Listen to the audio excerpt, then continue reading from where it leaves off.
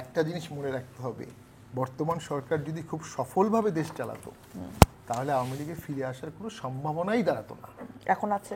NCP যদি আওয়ামী লীগের মতো একটা মোটামুটি বড় দল হতো তাহলে আওয়ামী লীগের ফিরে আসার কোনো সম্ভাবনাই দাঁড়াতো না। কিভাবে এত বড় দল হবে? কয় মাস হয়েছে? কাছাকাছি, হ্যাঁ, এখন তো মার্কাই পায়নি, মার্কাই নেয়নি তারা। সো আওয়ামী লীগের ফিরে আসার সম্ভাবনার জন্য এই সরকার দায়ী, এই সরকারের ব্যর্থতা দায়ী। আপনি দেখছেন সম্ভাবনা আছে? অবশ্যই সম্ভাবনা আছে। একটি সরকার যারা কি সিগন্যাল পেয়েছেন? এই সরকার যখন আওয়ামী লীগকে ব্যান করলো, এই সরকার ব্যানটাও করেছে টেম্পোরারি, অর্থাৎ এই সরকারও বিশ্বাস করে আওয়ামী লীগ ফিরে আসবে। সরকার তো পার্মানেন্ট ব্যান করেনি বা জুডিশিয়াল প্রক্রিয়া যায়নি, এখন পর্যন্ত আওয়ামী লীগের বিরুদ্ধে মামলা করেনি। যদি ভোট ফেব্রুয়ারি 12 তারিখে হয়ে থাকে, হুইচ আই ডাউট, তো আপনি কখন মামলা করবেন, কখন নিষিদ্ধ করবেন প্রক্রিয়া? তার এখন যে অবস্থায় আছে এই অবস্থায় নিষিদ্ধটা খুব প্রশ্নবিদ্ধ হয়ে যাবে। তো সরকারও এক্ষেত্রে দুই দরজা খোলা রেখেই।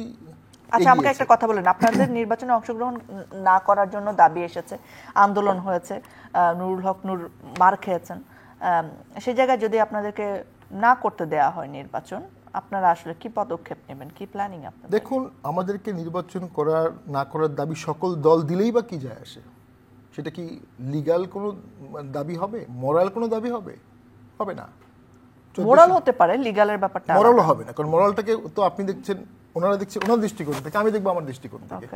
বিপদটা নির্ভর করে ভোটারের উপরে, ভোটারের উপরে।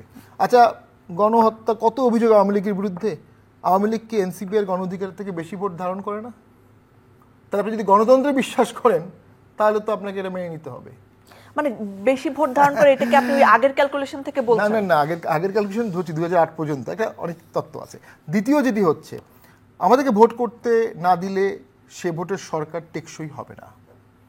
কারণ হচ্ছে, এটা কারণ আছে, অনেকগুলো কারণ আছে। 2014 সালেও আমরা দেখেছি আওয়ামী লীগ সরকার জামাত এবং বিএনপিকে বাদ দিয়ে ভোট করেছে এবং খুব অথরিটেরিয়ানভাবে দেশ চালিয়েছে। পুলিশ, প্রশাসন, সেনাবাহিনী, বিজেপি, ছাত্র সংগঠন, আওয়ামী লীগের সব মিলিয়ে শক্ত হাতে দেশ চালিয়েছে।